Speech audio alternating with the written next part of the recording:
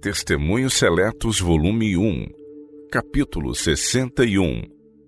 O trigo e o joio. Em outra parábola apresentada por Jesus aos discípulos, ele comparou o reino do céu a um campo em que um homem semeara boa semente, mas no qual, enquanto ele dormia, o inimigo semeou o joio. Foi dirigida ao pai de família a pergunta: não semeaste tu no teu campo boa semente? Por que tem então joio? E ele lhes disse: o inimigo é quem fez isso. E os servos lhe disseram: queres, pois, que vamos arrancá-lo?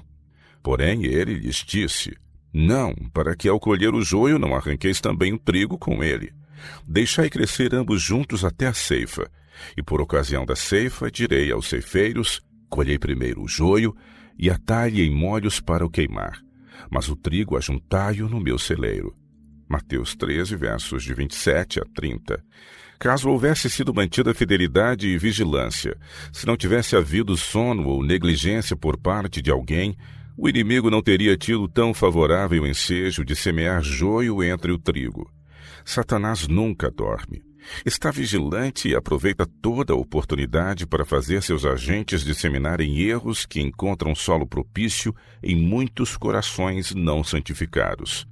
Os sinceros crentes, na verdade, são entristecidos e suas provas e aflições grandemente aumentadas pelos elementos que entre eles os aborrecem, desalentam e desanimam em seus esforços.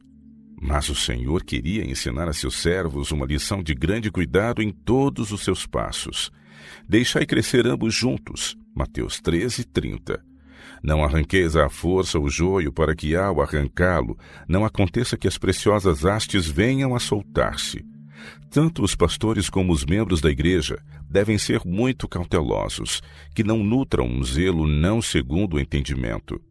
Há perigo de fazer-se na igreja demasiado para curar dificuldades que, deixadas em paz, curar-se-ão muitas vezes por si mesmas.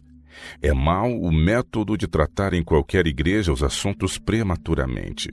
Cumpre-nos exercer o maior cuidado, paciência e domínio sobre nós mesmos para suportar essas coisas e não agir por impulso, para as pôr em ordem. A obra realizada foi prematura e ocasionou inoportuna separação naquela igrejinha. Se os servos de Deus pudessem ter apreendido a força da lição de nosso Salvador na parábola do trigo e do joio, não haveriam empreendido a obra que fizeram. Antes de se darem passos que forneçam mesmo aos que são de todo indignos a mínima ocasião de se queixarem de haver sido separados da igreja, o assunto deve ser sempre tornado objeto do mais cuidadoso estudo e fervorosa oração.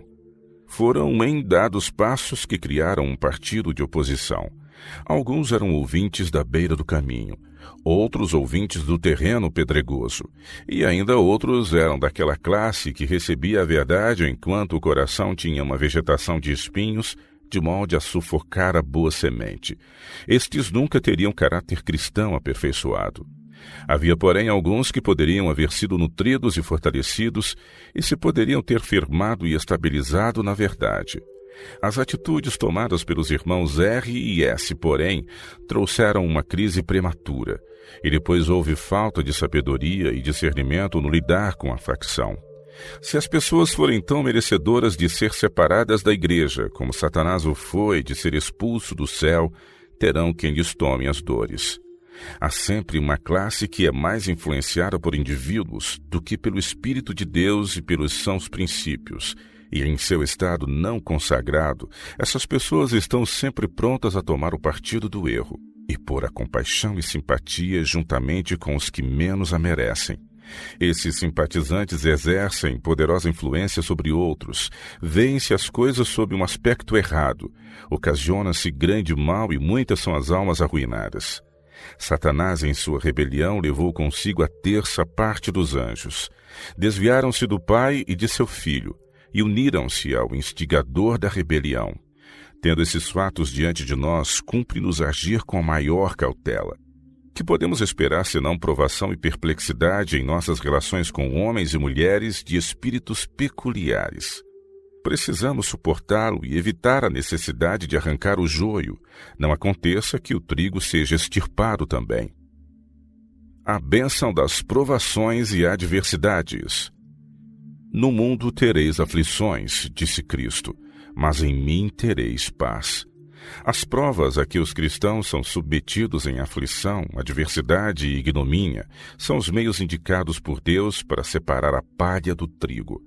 Nosso orgulho, egoísmo, ruins paixões e amor dos prazeres mundanos precisam todos ser vencidos. Portanto, Deus nos envia aflições para nos experimentar e provar e mostrar-nos que esses males existem em nosso caráter. Cumpre-nos vencê-los mediante a força e graça que nos dá, a fim de sermos participantes da natureza divina, havendo escapado à corrupção que pela concupiscência há no mundo. Porque a nossa leve e momentânea tribulação, diz Paulo, produz para nós um peso eterno de glória muito excelente, não atentando nós nas coisas que se veem, mas nas que se não veem, porque as que se veem são temporais, e as que se não veem são eternas. 2 Coríntios capítulo 4, versos 17 e 18.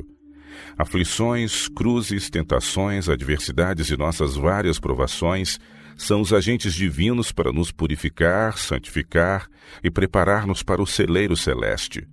Os danos causados à verdade por medidas prematuras jamais podem ser plenamente reparados. A causa de Deus não tem avançado como poderia, e não será vista pelo povo em tão favorável aspecto como antes de se fazer essa obra. Há frequentemente entre nós pessoas cuja influência parece ser simplesmente um zero. Sua vida parece inútil, tornam-se, porém, rebeldes e combativas e se fazem zelosos obreiros de Satanás.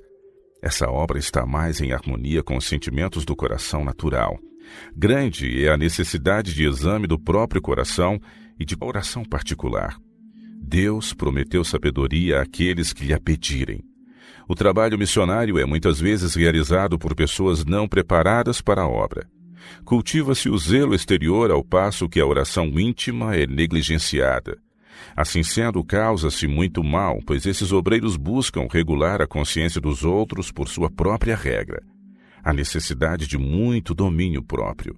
As palavras precipitadas suscitam contenda. O irmão S. acha-se em risco de condescender com um espírito de crítica incisiva. Isto não convém aos pregadores da justiça. Irmão S., o irmão tem muito a aprender. Tem havido de sua parte a inclinação de responsabilizar o irmão W por seus fracassos e desânimos. Inquirindo-se, porém, intimamente os seus motivos e sua maneira de proceder, verificar-se-ia haver no próprio irmão outras causas para esses desânimos. Seguir a inclinação de seu coração natural leva-o à servidão.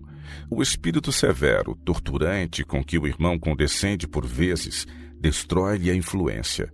O irmão tem uma obra a fazer em seu próprio benefício, obra que nenhuma outra pessoa pode realizar em seu favor.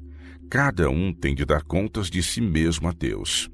Ele nos deu sua lei como um espelho a que podemos olhar e descobrir os defeitos existentes em nosso caráter.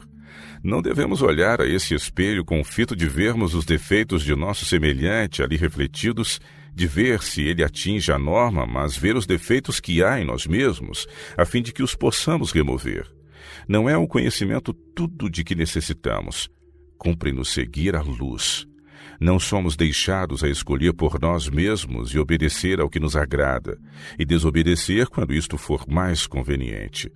Obedecer é melhor do que sacrificar.